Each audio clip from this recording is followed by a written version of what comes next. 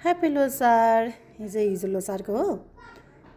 हामी चाहिँ बिहान उठेर पूजासुजा गरेर मात्र बसेको थिएँ, रेडी चाहिँ भएको थिएन। दाइ आउनुभयो।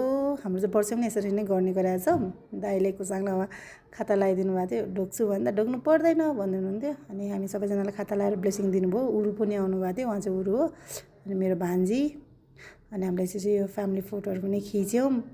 अनि त्यसपछि म चाहिँ सेतो गुम्बामा गुरु दर्शनको लागि गएको थिएँ। लाइन त कति हो कति, मेरो बाबु आत्तिएर जान नपाइकन घर जाउँ भन्दा चाहिँ फाइनल्ली ढोकानिर पुगेको थियौँ। ढोकानिर पुगेर यहाँ भिडियो बनाउँदै थिएँ म।